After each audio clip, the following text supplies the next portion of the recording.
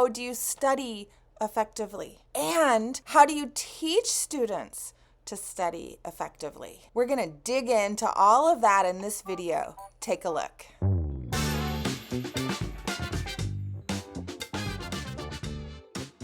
So one of the most searched questions from students on the internet is, how do I study effectively? And the good news is that my anti-boring approach covers exactly that.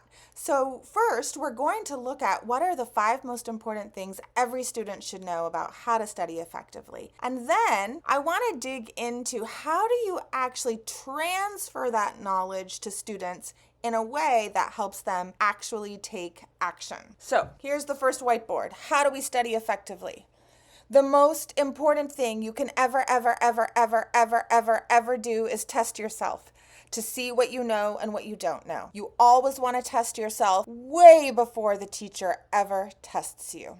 So you test yourself, you do it over and over. You don't just test yourself once right before the test. You actually, in tiny little increments, test yourself over time. This is a process called spaced retrieval, and it is what all of the neuroscientists can tell is the simple, most effective way to study. Now, I've added a little one here that I and all of my thousands of students I've helped have figured out, is that this can get kind of boring.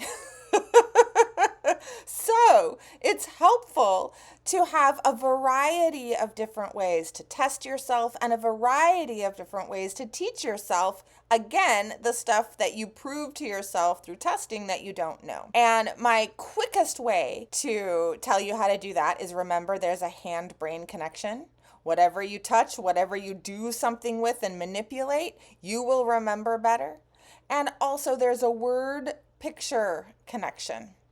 Whenever in our notes we can put words and pictures next to each other, it is something we remember better. That's a process called dual coding. So effective studying is as simple and as complicated as these steps. Test yourself over and over in tiny little bits and in a variety of ways, using your hand and using lots of words and pictures. Okay, fair enough. For those of us who are academic coaches, how do we teach this to students in a way where students will actually take effective action and actually experience themselves becoming more competent learners, self-studiers? And I have 6 things to share with you about how to do that. The first thing is, I have found that students really appreciate being told the brain science, the actual hard facts about what happens up in our noggin when we're learning. That's number 1. But brain science alone doesn't cut it. We also need very specific strategies,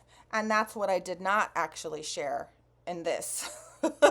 But specific strategies to put that brain science into action. And that's what my anti-boring approach to powerful studying is all about. When we're teaching, it's also very helpful to have a visual anchor. And so I have lots of visual anchors when I am teaching the brain science to students. And when you take my courses, you learn how to draw those visual anchors and how to tell students, or how to communicate or translate, as maybe a better word, that visual anchor into words that actually make sense to the student so that they can take action. So we also, and I'm trying to say this over and over again in lots of different ways on my YouTube channel because it's so important.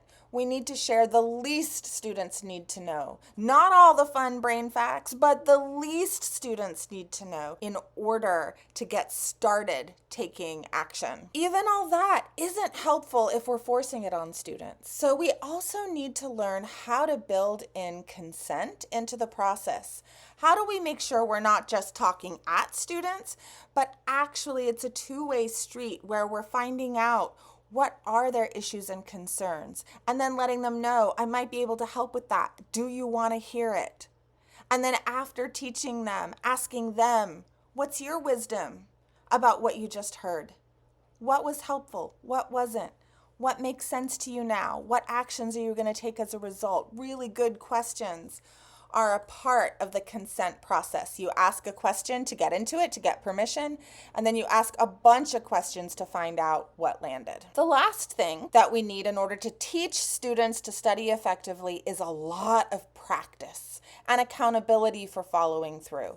So in my one-to-one sessions, I practice things with students. We do stuff together. When I'm presenting to large groups of students, we practice together.